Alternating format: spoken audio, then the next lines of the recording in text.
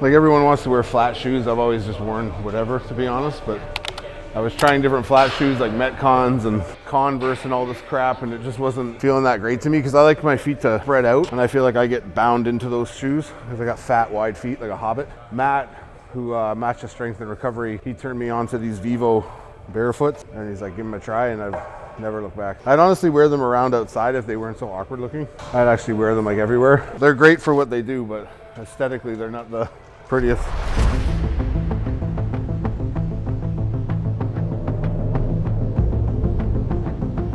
So the main focus movement today is moving without pain. So whatever we can do to get that accomplished. No, I've had a lot of injuries in my life, and I had not an injury, but I had a pretty big surgery about 3 years ago. So I had my hip resurfaced, not a replacement, but it's, anyone who knows what that is, it's still a pretty terrible thing to have done. But I was bone on bone. So I had literally no mobility in my leg. I couldn't lift my right leg to 90. I couldn't sit for long periods of time. I'm just happy to be able to be working out. So I try and get like as much blood as I can into like body parts before I get moving on like bigger movements. Like today we'll do the Cybex leg press, probably superset it with hack, and then end off with either an overhead or the Panada squat, kind of like the stuff I do with the guys, but it's obviously not going to be as intense as that because I ain't competing, and I'm just trying to be out here being big and living life. Nobody's harder than me. I'm a breaker of chains. I'm living it free. Trust what I said and not what you see. Nobody keep it in order like me. I'm really a beast and I'm not in the wild. The will in my eye and I want it right now. That's a vow and I gotta get it. The victory's mine. You trying to compete is wasted time. Came from the bottom but now I'm in front of the line. In front of the haters I turn into motivators. I don't owe them no favors and any beef and get catered. I'm on my way, doing my flex, running it up, getting my checks. I got the power, give me respect. Live this life and on to the next. Give me respect. I live this life and on to the next. Give me respect. I live this life and on to the next. I flex different than them boys that have been grinding strong. You can spot a winner cause it's money and it's fortune. But I'ma get my bag every day. It don't matter what you want. Make sure you check yourself, talk about me, what you talking wrong.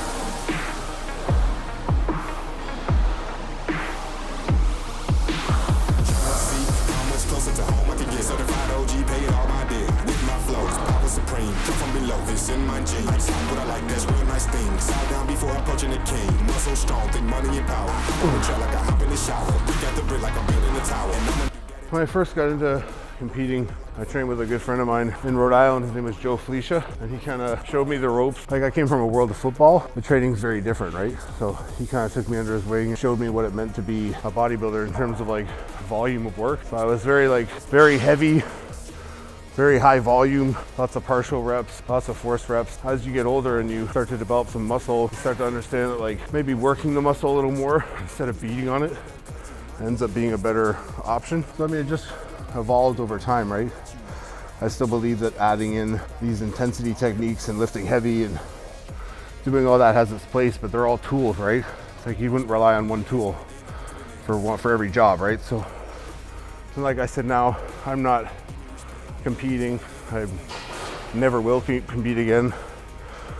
My goal is to just be like feel good, look good, and be as big as I can and as healthy as I can. So I'm not trying to aim for another hip surgery. I'm not trying to aim for another knee problem. So we just go where the weight takes us on the days that it feels good, right?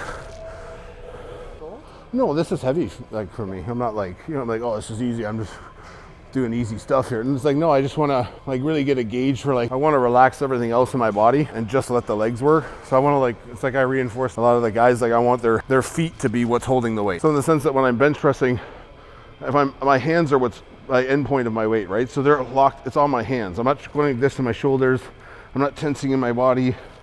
I'm here, and then I'm allowing the body to move with the weight and push the weight away. So it's, your feet are your hands essentially when you're bench pressing. So I'm bench pressing here with my lower body.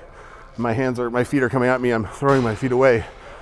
I don't want to tense up and be holding my breath. Like in terms of like a lot of guys when they take weight off, they think they have to lock down and then keep tight. It's like, no, I almost want to relax. Like, I'm still stabilizing, obviously, but I know where to hold the weight. I'm letting it fall onto me, and I'm transferring the weight back out. So I'm not trying to hold the weight and then push the weight and then hold the weight and push the weight and build up this like crazy tension where it's like you get to the point where you're just gonna fail and your range of motion is gonna be shit. It's like, that's why I saw I'll let the weight fall to me, as opposed to the guys lean forward and let the weight come halfway to them and they push it away. It's like, I want all the weight to come onto me and I want to throw the weight off of me, right? So if the reps are what they are, right? If I feel like I can't do that efficiently on another rep, I'll just stop doing it, right?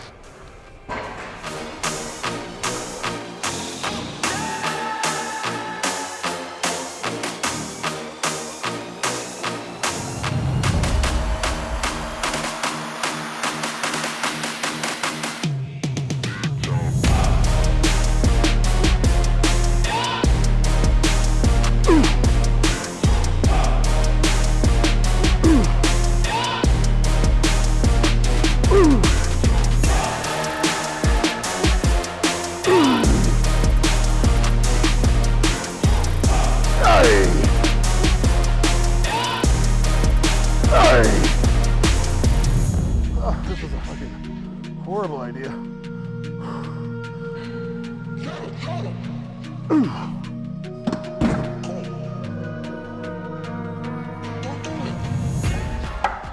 So the last two exercises, like since I went heavier on that superset there, it's like I'll use these last two as more of like to really pump blood into the muscle. So keep the weight a little lighter, keep the reps higher, and then here you partial range it, right? So we're burnt out at the bottom of the range, but we still got lots of power from here to here. So we just work in that range and try and burn it out. But a lot of people do that machine kind of weird, because they try and sit slowly. So they try and sit down slowly like a squat.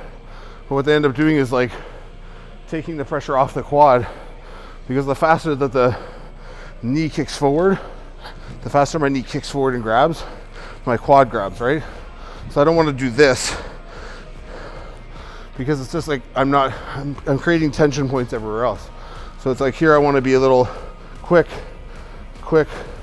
pump back on that quad so that the negative is faster, so that the quad grabs sooner, right?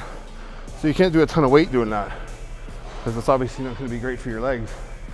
But you keep the weight moderate, and you get a rhythm of pushing the knee up and down, and then popping up, popping down, popping up, popping down, and you get more of a outer quad pump higher in the quad, right? I see a lot of people doing that, like they essentially, because they have leverage on that machine where they're over the weight, that means like, oh, I can really overload, where it's like, it's almost like the same efficacy as like a sissy squat. I wouldn't want to sissy squat tons of weight where I'm arching and driving my knees forward, right? So it's the same thing there, except it's a lot safer in the sense that I don't need to belly up on my toes. I just kick my knee forward, flex back, right? Like all these people reach out to you online, or you hear them talking like, oh, should I do X number of sets and then do my working sets?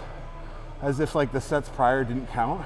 Any set that you're lifting weight counts. You only count the working sets. But you did 10 feeder sets to get to the 2 working sets. You did 12 sets. You're taxing the muscle. I would, with that way of thinking, stop thinking that heavier is the goal. You have to understand, like, this mentality nowadays, especially now that I've been away from bodybuilding and come back to it, we've turned into powerlifters. Bodybuilding has done a role reversal where it's like, now like I'm going for PRs, and now I'm going for this progressive overload every week.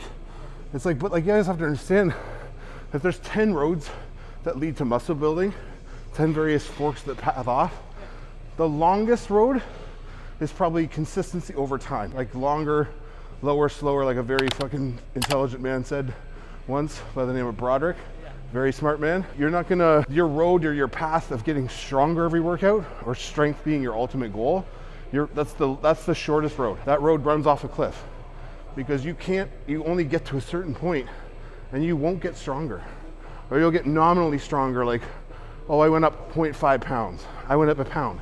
But does that equate to like development? No. So that's one tool that's very important of like wanting to overload and wanting to create more stress on the muscle, because you're naturally, as a byproduct of working out, going to get stronger. It's going to take more resistance to create more of a sensation or more tension or more pump in the muscle, right? Like, to get more of a response, you're going to need heavier weight. But it's like to arbitrarily be like, last week I did 315 on bench, this week I'm doing 345. But you've never touched 320, you've never touched 325, you don't know what any of those weights feel like. Yeah. So when you take that off, it's nothing to do with you working a muscle, it's everything to do with you being like, get this fucking thing off me as fast as I can. Sure. So it's like I recruited everything to fire at once. I didn't really hit any chest, but yeah, I got that weight. So I must be getting better, stronger. Just like, I think people need to like really adhere back to like these old school guys who had it right and like have had it right for decades, that have been saying the same thing over and over, and the guys that I looked up to growing up, like guys that are like Lee Priest, Flex Wheeler, Kevin Levrone. These guys weren't posting pictures, guys, of them like doing 1 rep max squats. It was like volume over time, 2 hours in the gym, hour and a half in the gym, 2 days in the gym. It's like, no, I don't agree. I don't personally want to do that, but like you can't argue with the way they looked and the results, right? Whereas you see now guys aren't training that way, and the physiques are a little bit out of whack, right? Like there's not a lot of attention to like, if you want to bring up a lagging body part, you should make it your laser focus to bring up that part, right? Not just like, oh, I need more chest. Well, what chest do you need? Upper chest, lower chest, mid chest, outer pec. So develop movements that are going to create that, even if they're light, and you eventually get stronger at them, but you're stimulating the area you want, right? It's like if I want to get my back bigger, people are like, deadlift. What the fuck do you mean deadlift? Like, unless you're built for deadlifting, it's not gonna do shit for your back. And more likely than not, you're gonna hurt yourself. Especially if you haven't developed that protocol of like learning deadlifting and doing it over a long period of time, right? It's acclimating your body to that movement. It's like if you just walk in one week, pick up 8 plates, put it down, that's great. It's fucking awesome that you're strong. But like, is it gonna correlate to like the stage? We don't know. Maybe if you do that 8 plates every week and every year, you know what I mean? I think guys just need to like really have focus on like having fun in the gym and working on angles and working on different rep ranges, different like partial rep ranges, like different seat positions, height positions, hand positions. This is the stuff that can make a big difference and can create like another facet to your workout, as opposed to just like my only method of getting better or changing things is by increasing weight. There's so much more shit you can do, guys. Like literally. Like you can do rest pauses at the bottom of a hack squat. You might not be able to do 6 plates a side, but if you take 3 plates down and you pause there and you learn to fire from your glute and then shift to your quad, there's more leg development, right? As opposed to getting to the bottom, having a fucking aneurysm, standing up because you just can't wait to stand up, right?